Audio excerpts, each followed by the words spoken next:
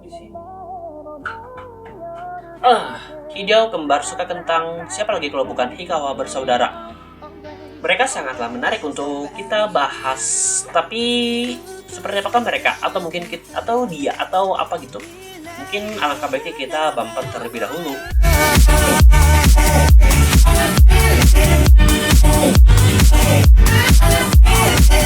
Halo, dengan saya Naito, dan pada kesempatan kali ini dengan gaya rambut yang baru, karena untuk mengurusi rambut atau merawat rambut yang panjang itu lumayan susah.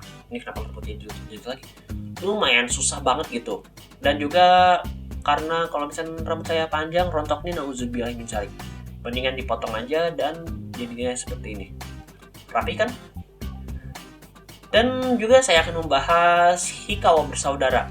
Tapi kita fokus pertama dulu, kita akan membagi dua fokus, yakni Hikawa Sayo yang Mark 1 dan juga Hikawa Hina Mark 2. Mungkin kita akan pisah mereka berdua ini di video-video, bukan video ini. Kita akan pisah Hina di video selanjutnya. Mungkin setelah video ini atau 2 video setelah ini, tergantungnya saya. Tapi kayaknya lebih mendukung itu setelah video ini publishnya, yakni 2 minggu setelah publish. Maklum di sini banyak bocah, saya harus sabar. Mungkin kita akan membahas kakak-kakaknya dulu, yakni kakaknya dulu. Mungkin kita akan membahas kakaknya terlebih dahulu, yakni Hikawa Sayo. Mengapa sih saya harus? Oh iya, Hikawa Sayo di sini saya mengambil istilah di Hikawa Sister ini, saya mengambil istilah Mark 1 dan Mark 2. Mengapa sih? Karena saya terinspirasi dari smartphone Sony Xperia Mark 1, Xperia 1 Mark 1 dan Xperia 1 Mark 2. Dimana pasti yang Mark 2 ini lebih baik daripada Mark 1 karena banyak perbaikan yang pasti. Dan sekali lagi sebagai notice terakhir, Hikawa Hina kita akan bahas mungkin di video setelah ini. Mungkin setelah video publish, kita tunggu minggu depannya. Akankah seperti apa atau gimana? Dan juga dengan setup baju yang paling berbeda. Mungkin kita langsung aja deh tanpa basa-basi. Hikawa Sayo ini merupakan siswa SMU Hana Sakegawa yang juga sebagai gitaris di Roselia. Selain itu, kesibukan dia di sekolah sebagai anggota OSIS dan juga komisi disiplin. Kalau misalnya kalian macam-macam sama dia, atau dalam artian rambut kamu itu gak rapi, atau baju kamu gak rapi, atau kamu lagi main game lagi pada saat upacara, siap-siap berurusan dengan orang ini, karena pengalaman. Saya juga dulu di OSIS. Saya pada dasarnya merupakan kakak tertua dari Hina, jelas. Dan meskipun mereka berdua kembar, tapi kemampuan dari Sayo dan Hina ini berbeda. Sayo ini lebih inferior daripada adiknya Hina yang jeniusnya nauzubillah min dzalik, bukan nauzubillah. Jeniusnya ini lumayan mind blowing kalau misalnya kata Devi 504. Lumayan mind blowing, kenapa? Karena istilahnya mungkin kita akan bahas di part Hina, karena ini kita fokusnya ke part Sayo. Hal ini pula yang menjadi pemicu utama mengapa Sayo membenci adiknya, dan juga pemicu hubungan mereka yang retak, meskipun sempat retak halus sampai retaknya lumayan besar. Istilahnya kalau misalnya jalan itu jadi retak halus, terus tiba-tiba retaknya makin luas. Nah, kurang lebih seperti itu. Karena hal tersebut, saya melakukan hal yang tidak bisa Hina lakukan, yakni yang awalnya sih, tapi kenyataannya mah enggak, yakni bermain gitar. Mengapa sih bermain gitar? Karena alasannya tadi, saya menganggap Hina pada awalnya gak bisa main gitar, sehingga dia berlatih gitar terus menerus. Namun bisa dikatakan juga gitar sebagai bahan pelampiasan juga, karena dirinya pada dasarnya cenderung inferior daripada adiknya, si Hina. Rasa tidak suka terhadap adiknya pun bisa tergambar jelas gitu. Kalau misalnya kalian fokus di story kartun yang bersejarah itu, yang Teardrops and Waterfall, Waterfall Air Terjun, apa gitu, pokoknya namanya itu, yang Hikawa Sayo itu kartu yang lumayan legendary banget. Meskipun ratingnya lumayan ampas, bintang 3, tapi itu memiliki peranan penting dalam cerita ini. Gak tau bintang 4 gak tau bintang 4 ya, soalnya udah lupa lagi. Jadi dia itu bukan di awal, penyebab dia gak suka wortel karena pada dasarnya Hina gak suka memakan wortel gitu. Kemudian Sayo yang menghabiskan hingga tubuhnya mulai menolak wortel tersebut. Ya mungkin kalau misalnya kalian nonton Family Guy, ketika Peters reject healthy food, ya kurang lebih seperti itulah digambarkannya ketika si Peter makan sayur dan tuh kayak pengen gimana gitu, pengen muntah gitu. Saya bergabung menjadi gitaris di Rosalia. Itu ceritanya lumayan unik. Jadi dia itu manggung terakhir kalinya dengan bandnya karena beda pendapat gitu. Kemudian si Yukina menemui si Sayo yang lumayan ya nggak bisa itu keluar gitu, baru banget gitu. Kemudian dia ngobrol-ngobrol sebentar dan juga dia itu menawari sebuah penawaran kepada Sayo bahwa kamu maukah bergabung dengan band saya, karena menurut Yukina ini penampilan si Sayo ini lumayan bagus sebenarnya. Kemudian awalnya kan dia bingung gitu mau jawab iya atau enggak, hingga pada satu pertandingan gitu atau pernyataan gitu, sebenarnya si Yukina ini juga dia pengen tampil di FWF, dan juga secara kebetulan mimpinya Sayo pun sama, yakni tampil di FWF atau Future World Fest. Akhirnya dia tanpa basa-basi langsung karena ideologinya sama, ya udah langsung aja. Pada suatu hari gitu, performance saya sempat menurun banget gitu. Bukan karena dia sakit atau apa gitu, tapi karena drop mentality yang dia alami setelah dia nonton bareng gitu sama adiknya. Ya mungkin cerita ini bakalan saya gak bisa spoiler untuk ini karena susah banget gitu untuk menahan spoiler ya. Cuman intinya karena itu, mungkin lebih jelasnya kita nontonnya, mungkin nonton kita akan bahas di episode selanjutnya dari Refcast mungkin. Dan masalah tersebut sampai titik-titik terendah di mana saya sudah mulai kehilangan nada dan passionnya gitu. Sampai-sampai saya berpikiran mending gantung gitar aja gitu daripada makin tersiksa gitu. Hal tersebut menjadi beban pikiran yang lumayan berat gitu. Kalau misalnya saya menjadi Sayo, lumayan berat banget sih kalau misalnya gitu. Berat banget. Dan juga salah satu pemicunya yakni Hina terlalu mengcopy dirinya dengan hal yang lebih baik lagi daripada dia. Mungkin sebagai perbandingan gini aja deh.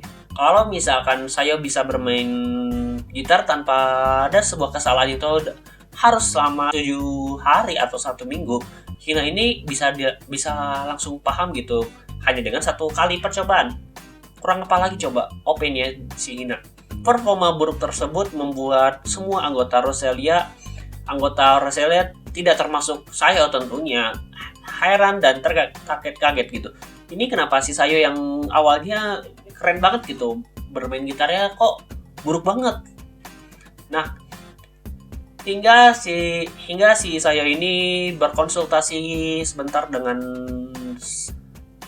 Tomoe gitu. Kebetulan Tomoe kan punya adiknya itu si Ako ini istilahnya Tomoe Ako ini hubungannya lebih harmonis gitu daripada Sayo Hina yang karena timbul kecemburuan sosial gitu kalau misalnya Sayo Hina istilahnya, atau double mean atau apa ya, double mean lah.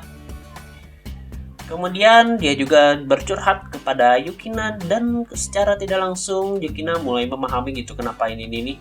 Akhirnya daripada kondisinya seperti ini, mending istilahnya kalau misalnya berdasarkan perspektif Yukina ya, mungkin kamu lebih baik istirahat dulu aja, jangan latihan dulu karena bisa aja dia lumayan terganggu gitu kalau misalnya, dan juga bakalan hasilnya sia-sia banget gitu.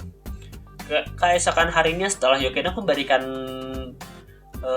kartu kesempatan untuk untuk Sayo istirahat dari latihan, saya berjalan di sekitaran downtown. Ini lupa lagi pasar malam Jizo gitu atau apa gitu. Kayaknya pasar Jizo gitu kalau misalnya dilihat dari ini. Kemudian tidak lama berselang turun hujan deras. Dan secara tidak langsung dia kan neduh di kayak semacam balkon toko-toko. Mungkin kalau misalnya kalian jalan-jalan di Braga atau apa gitu, tahu gitu maksud saya dari kanopi atau plafon dari atau balkon dari ini. Yang maksud saya, yang ini kan gedung, di sini kan ada ini apa sih namanya? Kayak over, kalau apa ya, lupa lagi namanya, pokoknya seperti itulah. Sampai secara tidak langsung Hina menemukan Sayo dan akhirnya mereka balik bersama-sama gitu. Kemudian Sayo ini kan bercerita gitu, keluh kesah, istilahnya keluh kesah ya, berkeluh kesah karena menurut dia ya mungkin hidup saya ini udah mulai aneh gitu. Sampai dia pikir karena nada-nada saya nada-nada bermain gitar saya semakin lama, dia ya, maksud dia itu Sayo ya, saya ini lumayan menghilang, bahkan passionnya pun menghilang. Saya sampai bilang lebih baik saya angkat, istilahnya angkat lagi, gantung gitar aja daripada makin tersiksa. Hal tersebut membuat ekspresi Hina yang lumayan ya tipikal cewek hyperaktif berubah seketika dengan lonjakan kemarahannya. Mungkin kalau misalnya kita bilang marahnya kayak gimana, spoiler buat episode selanjutnya.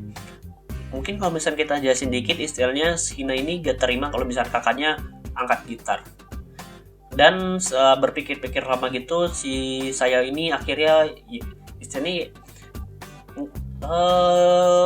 ada benernya juga sih kalau misalnya dia angkat gitar, dia itu malah kayak pecundang gitu. Akhirnya oke, berterima kasih, dan karena hal tersebut akhirnya janji tersebut istilahnya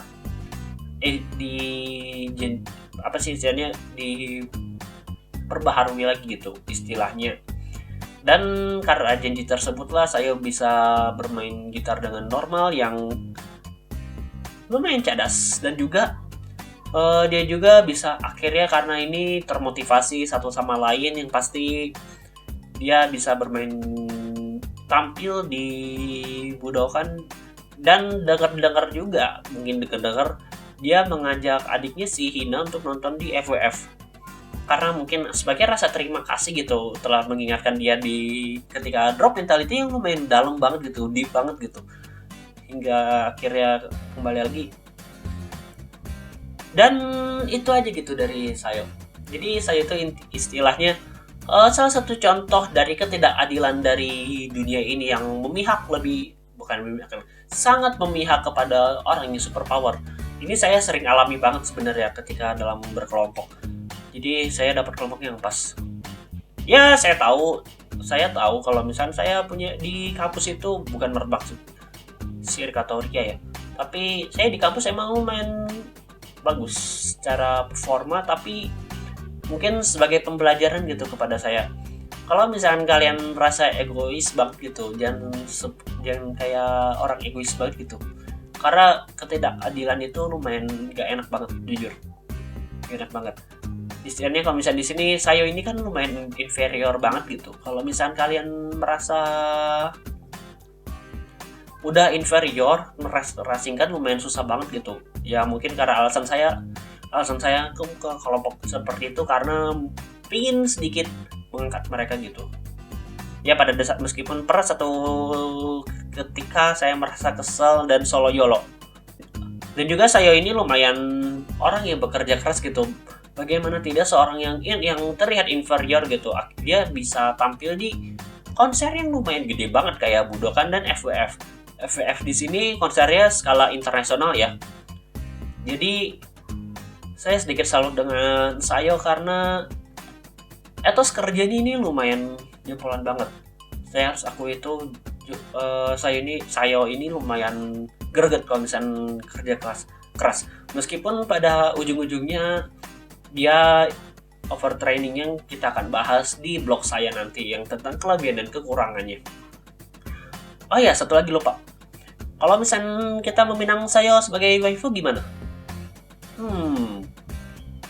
Sebagai bocoran aja ya, saya ini merupakan salah satu gadis yang menarik di mata saya karena kayak tadi, dia gadis yang ulet dan rajin terus hingga bisa. Ini sebagai bocoran di blog saya ya nanti, yang bisa kalian baca mungkin setelah ini. Jadi saya ini kalau jadi waifu saya pengen banget, jujur. Oke, itu aja dari saya. Nah, itu jangan lupa like, comment, and share. Dan juga follow Instagram dan Twitter saya yang ada di sini dan di sini. Dan sampai jumpa di video berikutnya. And see you in the next time. Bye-bye.